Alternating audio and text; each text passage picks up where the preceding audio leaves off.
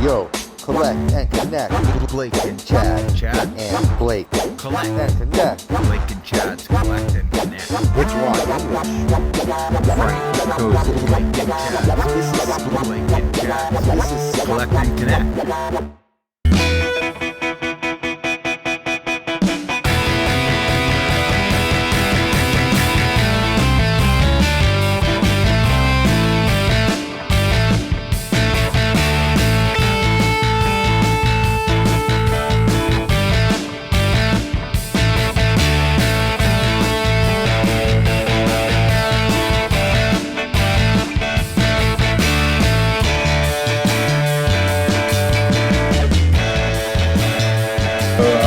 Welcome to our show. And, what are your beginnings into your NFTs? What started you? I know you've been doing your art, but what motioned you into the NFTs? I know it's a quick market now for everybody. Yeah, I can go back a little bit. The first time I heard the word NFT was probably September 2020. Mm-hmm. My buddy Matt Gondek brought it up to me, actually, and he's also on the VV app, which is cool. Yeah. So he was like, yeah, he's like, have you ever heard of this before? Actually, I don't think he asked me if I knew what it was. I think he was just like, just bear with me. Let me explain what this is.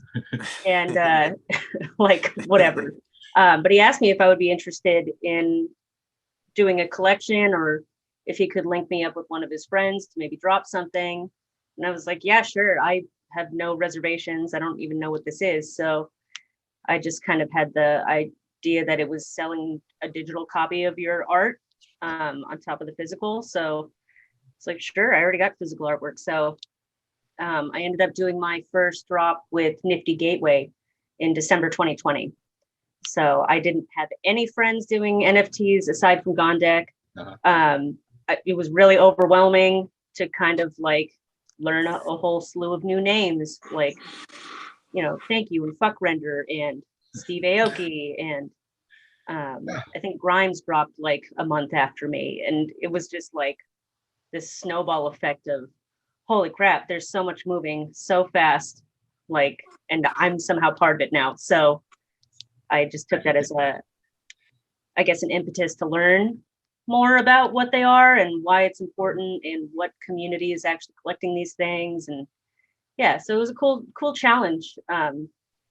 And it was especially during the pandemic already. So I was like, I got plenty of free time. That's it, right? Let's go. Like we can do this all day right here. So how's it going?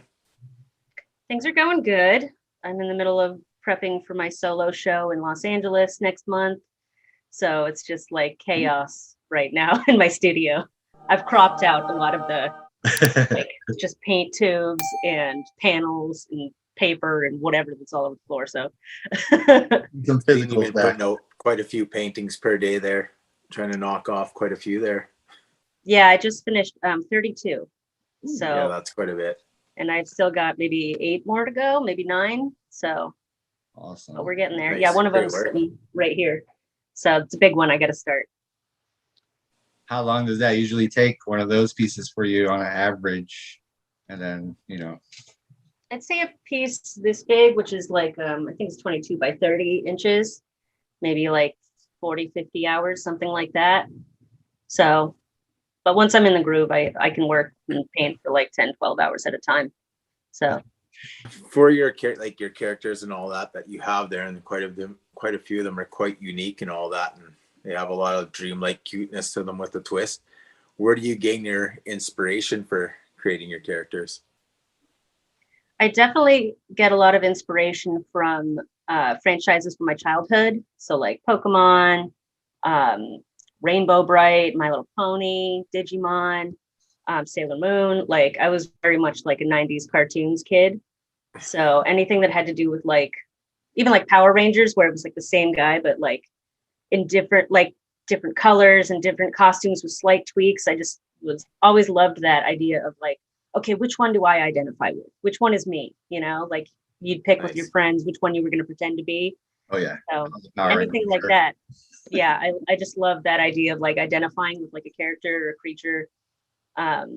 So when I started making up my own kind of creatures and characters, I was like, well, what do I want them to look like? And what do I want them to represent? And I mean, I've done like hundreds and hundreds of them at this point. So they all have like special qualities and Awesome. like, little smaller meanings to them. Like, looks like a stuffed animal, or it looks like a robot, or it has like 3 eyes. So it's creepy, I just love playing around with it's like a never ending kind of theme that I can keep playing with.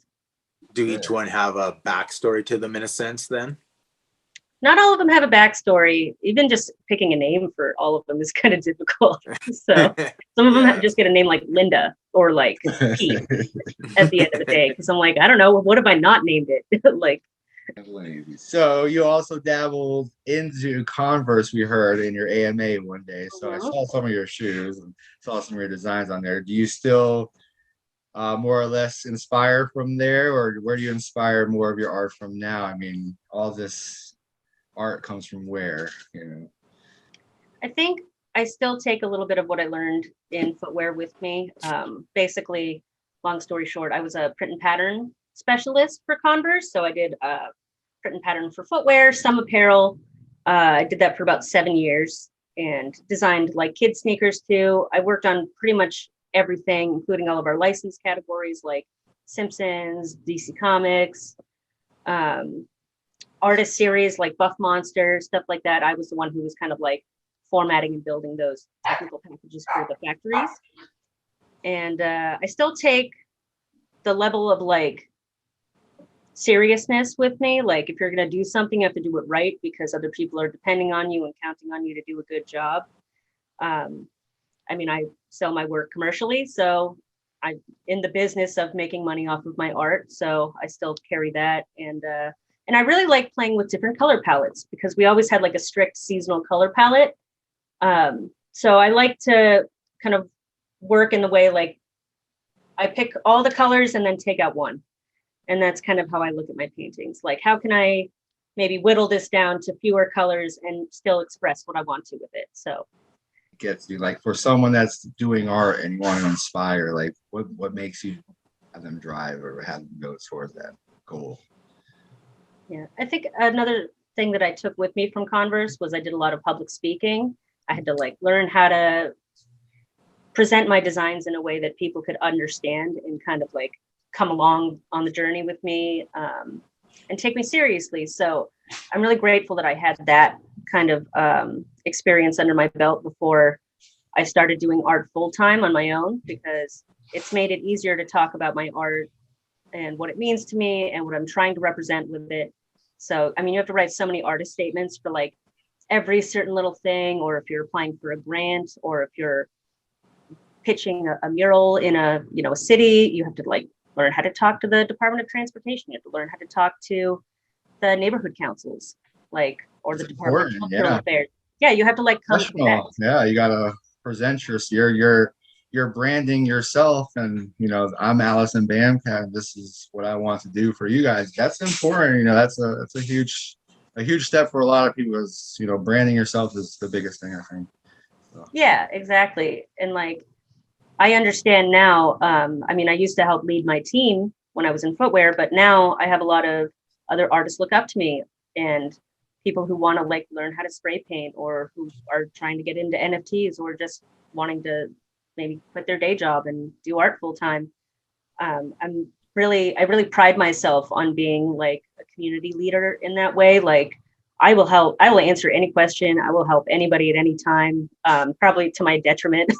I'm always answering messages. If anybody asks me how I did something, I have like no secrets. I'm really excited to kind of share my process and my journey with people. So great. Yeah, I love you're on our show. I mean, I feel like the VV community is like the only marketplace and collector base that has like matched my energy for how excited I am about art and collectibles. And like, I'm just like elated by how cool everybody's been to me. There's definitely a lot of that in the community. Totally. A lot of collectors and a lot of people getting excited, especially when drops are happening and all that. Yeah, and people are New just artists honest. are coming up. Like, they're not afraid to like say why they're hyped about something and actually vocalize it, or why they're not hyped about something. Yeah. Like, I I just Yeah, love, that's right. I prefer dialogue over people just buying shit for a ton of money and then just like letting it rot, or like, I want to know why people collect what they Sure. collect. Yeah, Definitely. like we just, well, honestly, I tell everybody we talk with, we started collecting probably because of VV again, you know, and it's That's a just it. connection that we do have with the community, and having that, I think, is the biggest utility, is chatting around and having our friends. I have so many other friends now just from the VV community. Someone's down here right now from Canada where he's from, and we're connecting down here, you know, and that's pretty cool in itself. And That's awesome. allowing that to happen, Definitely. and like connecting with you now, it's amazing to us. Like this whole within a year type thing is like blown our minds, and I'm sure like NFTs creating this new type of art. I mean, it's a whole new door for you guys too. It's amazing. I love it. Yeah, I'm still working on my BB collectible collection, but I probably own about maybe like 70 to 100 NFTs. Oh wow. And I mean, All if you right. can see, You're I'm doing like some work. big on collecting. Uh-huh. Like I have so many vinyl toys and like art books. Hey, our buddy in our chat group, in our Facebook group, got one of your paintings the other day. Picked up the print. Yeah, the of print. Provider. Yeah. Oh Mhm. man, we're all jealous right now. Like, you know, so everyone's gonna probably be going to get one soon. Uh-oh, she's It's reaching. funny because he Actually, had mentioned that it's one of just the first got- works of art. Yeah, I just got more of those provider prints. Uh-oh. So because I ran out and I had one left that I needed to send to a collector. So I was like, oh, I'll just get 10 more. And so I might be releasing those next week for anybody who missed out on the first round. But they went like lightning fast. Oh yeah. Very quick. I brought like 30 pounds worth of prints to the post office. Like, Wow. oh crap. That's good. Yeah, I mean, you've been doing it for your whole life, and you reach for goals, and this is what you reach for. And NFTs, I think, now is a new bridge for everybody. I think, in a way. I think it's like after the pandemic started, I mean, I lost a lot of work and definitely was getting pretty depressed and like, well, I don't really want to paint right now. I don't know what I'm doing. So I think like the rise of NFTs was like kind of this new excitement, I guess. Like, okay, it's something different. Okay, here's a new challenge. Here's something that I can interact with, but I don't have to leave my house. So for a lot of artists, it was a great way for us to connect online and make friends and like talk about art and get to know other people's art. It's like it was like the hype that I needed for sure. After a year, it definitely connected a lot. Yeah, the motivation. I think it connected a lot of artists in your like circle, like you said, just probably doing chats like this and meeting, and you know, because I could imagine you guys are connecting. You can't leave the house, and hey, let's collab somehow, and boom, you guys are chatting away. And oh yeah, and in the Discord, like I love following in the BB Discord just because again, everybody's talking all the time, so it's like it's just I don't know, fascinating. Definitely. Yeah, shout out to the women in BB chat. Oh yeah, we love women of BB, Claire and everybody in there. Yeah, so we're good friends with everybody. But any interesting drops you may have in the future coming up, or I don't know if it's official that I'll be dropping for DesignerCon in Anaheim with BB. There's nothing official has come out about that. Yeah. But I'm definitely gonna be boothing at DesignerCon, and I actually might be designing one of the LA billboards for DesignerCon, which is like that's cool. I just found out this week. Like, how dope would that be? I like texted my mom, like Mom, I might do a billboard for DesignerCon. So that's that would pretty be cool. Heck yeah. if they hit me up, I'm like totally down. Easy peasy. Heck They're yeah. so easy to work with, super fun. So that's cool. We hear that a lot too. Like you know, just even David, you and the team just talking and getting your responses through, and it's easy to work. And if that's the way it is, and man, this app is gonna be, I think, bar none, probably one of the top ones around. And I think they got plenty of future, and they know what they're doing. I think with the big IPs and everyone in between now, I think what David Yu does, bringing the street artist in and creating this atmosphere, because this is the core of art, you know, bringing the artist in from designer cons and they collect your art and they love you guys just as much, and they want to show the love too and bring you into. Yeah, That's the I mean, part of it is how how much cool it's, is it? you know, that's just it, right? It's opened up for all of us to get to find this new art that we would have never really came across for a lot of people before. And plus now the physicals that, you know, you get to buy and collect as well to match up to your digital arts. It's a Yeah, whole new world. exactly. Like, it's so cool to be on a platform that also has major franchises like Marvel and DC, and because it legitimizes the artists, like the more independent artists that they tack on, because it like kind of levels the playing field. Like, I'm not up against Marvel Comics, I'm hanging out with them, you know, and especially looking at everybody's vaults. Like, how cool is that to see, like, you know, Wonder Woman next to like Terry McPherson, and know that those are both like legit. They're not ripped from anything. Like, it was all done the right way, and people can actually like say they own a piece of that, you know? Legitimate.